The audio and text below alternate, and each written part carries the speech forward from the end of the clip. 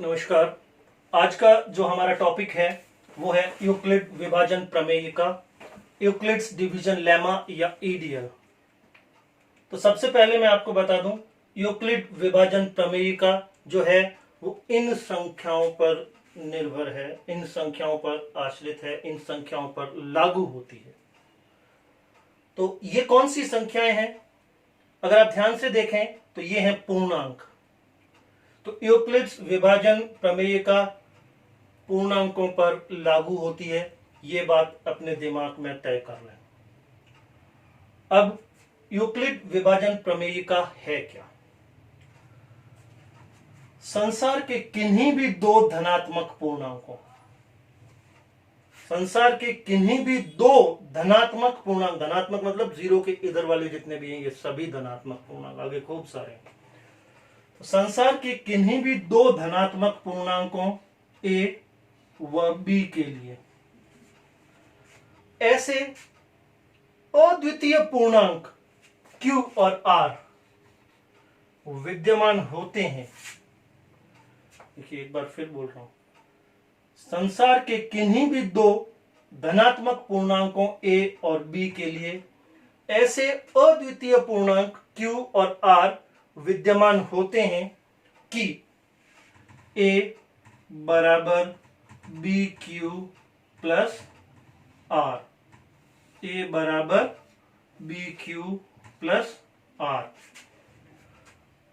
संसार के किन्हीं भी दो धनात्मक पूर्णांकों a व b के लिए ऐसे अद्वितीय पूर्णांक q और r विद्यमान होते हैं कि a बराबर B Q, b into Q plus R, कोई चिन्ह बीच में नहीं है, इसका मतलब गुणा है, बी क्यू प्लस आर, जहां जीरो छोटा या बराबर है आर के, आर छोटा है बी के। अब मैं पूरी बात एक साथ बोल रहा हूं। किन्हीं दो धनात्मक पूर्णांकों a और b के लिए ऐसे अद्वितीय पूर्णांक q और r विद्यमान होते हैं कि a बराबर बी क्यू प्लस आर, जहां r जो है वो b से छोटा है और 0 से बड़ा या बराबर है, यानी r का मान 0 और b के बीच में होना चाहिए। 0 के बराबर हो सकता है और लेकिन b से तो छोटा ही होना चाहिए।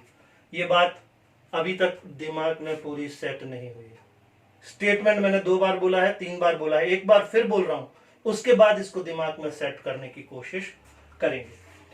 ध्यान से सुन लीजिए। संसार के किन्हीं भी दो धनात्मक पूर्णांकों a और b के लिए, धनात्मक पूर्णांक प्लस वाले, संसार के किन्हीं दो धनात्मक पूर्णांकों के लिए ऐसे अद्वितीय पूर्णांक q और r, अद्वितीय का मतलब, अद्वितीय का मतलब q और r का जो आंसर आएगा वो यूनिक होगा, अद्वितीय होगा। इसका एक मतलब जो भी आंसर आएगा वो फिक्स आंसर होगा, उसके अलावा दूसरा आंसर नहीं हो सकता। चाहे मैं ज्ञात करके रखूं, चाहे आप ज्ञात करो, चाहे दूसरा कोई ज्ञात करेगा, जो Q और R का आंसर होगा A और B फिक्स, जो A और B के लिए जो फिक्स Q और R आएंगे वो आंसर फिक्स होगा, वो सभी के लिए वही आंसर होगा। तो किन्हीं दो धनात्मक पूर्णांकों a और b के लिए ऐसे अद्वितीय पूर्णांक q और r विद्यमान होते हैं कि a बराबर बी क्यू प्लस आर, जहां 0 छोटा या बराबर है r से और r छोटा है b से। एक बार कुछ उदाहरण लेकर के इसको हल करते हैं तो हमें बात पूरी तरह से समझ में आएगी। एक बार और बात को सुन लीजिए। किन्हीं भी दो धनात्मक पूर्णांकों a व b के लिए ऐसे अद्वितीय पूर्णांक q और r विद्यमान होते हैं जिनके लिए a बराबर बी क्यू प्लस आर, जहां 0 छोटा या बराबर है r के और r छोटा है b से। यानी इस लाइन का मतलब इतना ही है कि r जो है वो 0 और b के बीच में होगा। 0 के तो बराबर हो सकता है लेकिन b से हमेशा कम होना चाहिए। अब आप ध्यान से देखिएगा इसको। मैं a का मान ए और बी दो धनात्मक पूर्णांक, आप अपनी मर्जी से कोई धनात्मक पूर्णांक सोच लीजिए। मैं मेरी मर्जी से दो धनात्मक पूर्णांक यहां ले लेता हूं। जैसे मैंने ए को ले लिया 5 और बी को ले लिया 2। तो Q और R क्या आएंगे ये मुझे ज्ञात करने हैं, फाइंड करने हैं, ताकि ये बात जो यहां से लगाकर यहां तक है ये पूरी लागू हो जाए। तो A बराबर 5, ए की जगह 5, बी की जगह 2, Q और R मुझे ढूंढ के निकालने हैं। तो 2 इंटू 2 4 प्लस 1 5, 5 के बराबर आ गया। तो Q आ गया 2 और R आ गया 1। यहां 1 देखिए जो R है वो B से छोटा है, R जो है वो B से छोटा है, तो बिल्कुल सही है। तो Q आ गया, Q का मान आ गया 2 और R का मान आ गया 1।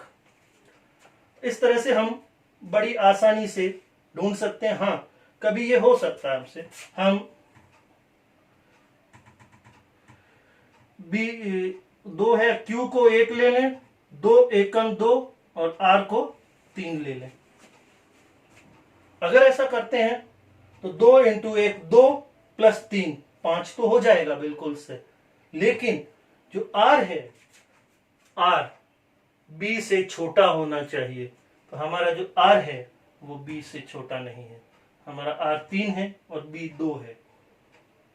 तो जो हमारा R है 3 वो B से 2 से छोटा नहीं है, इसलिए ये जो उत्तर है ये उत्तर गलत है। सही उत्तर वही है जो हमने पहले लिखा था, Q की जगह 2 और R की जगह 1। इसके अलावा दूसरा कोई उत्तर सही नहीं हो सकता। कोई और उत्तर ढूंढेगा तो वो निश्चित रूप से गलत होगा। इस शर्त को पालना करने वाला वो उत्तर नहीं होगा। तो इस शर्त को ध्यान में रखते हुए यहां अपन Q और R ज्ञात करेंगे तो बड़े आसानी से हो जाएगा। थोड़ी बड़ी संख्याएं लेते हैं। तो A 18 और B ले लेता हूं 3। A लिया 18, B लिया 3। Q और R हमको ज्ञात करना है।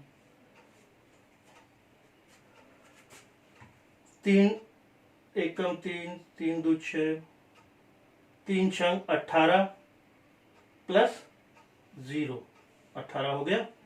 और जो हमारा R है वो B से छोटा होना चाहिए, B से छोटा है। और R जो है B से छोटा है और R 0 से बड़ा होना चाहिए या बराबर भी हो सकता है। इस बार 0 के बराबर है, चलेगा। एक और उदाहरण ले लेते हैं।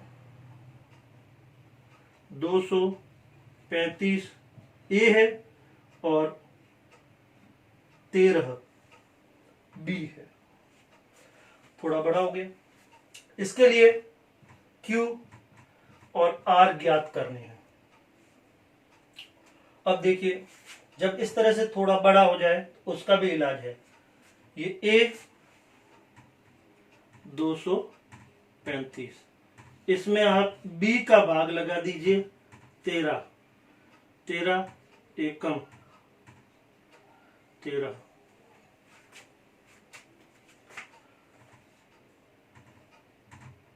105,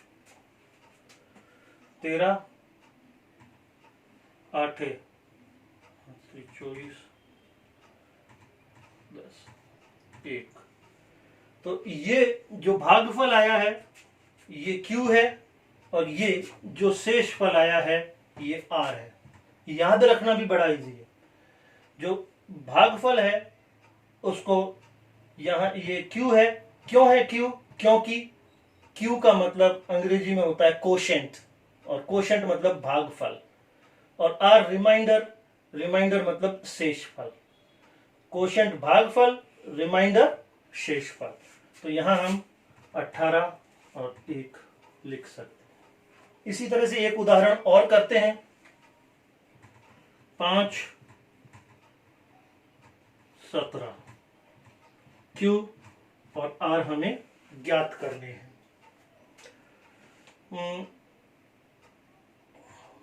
अब कैसे होगा? 17 एकम करते ही 17 हो जाता है, आगे निकल जाता है, तो फिर गड़बड़ हो जाएगी। तो 17 को यहां 0 से गुणा करते हैं। 17 इंटू 0, 0 प्लस 5 हो गया। यहां भी देखिए जो r है वो b से छोटा है और r 0 से बड़ा या बराबर होना चाहिए, तो 0 से बड़ा है, बिल्कुल ठीक। इस तरह से हम कुछ और उदाहरण करेंगे तो बिल्कुल मजबूत हो जाएंगे। अपना रफ कार्य हम मिटा देते हैं।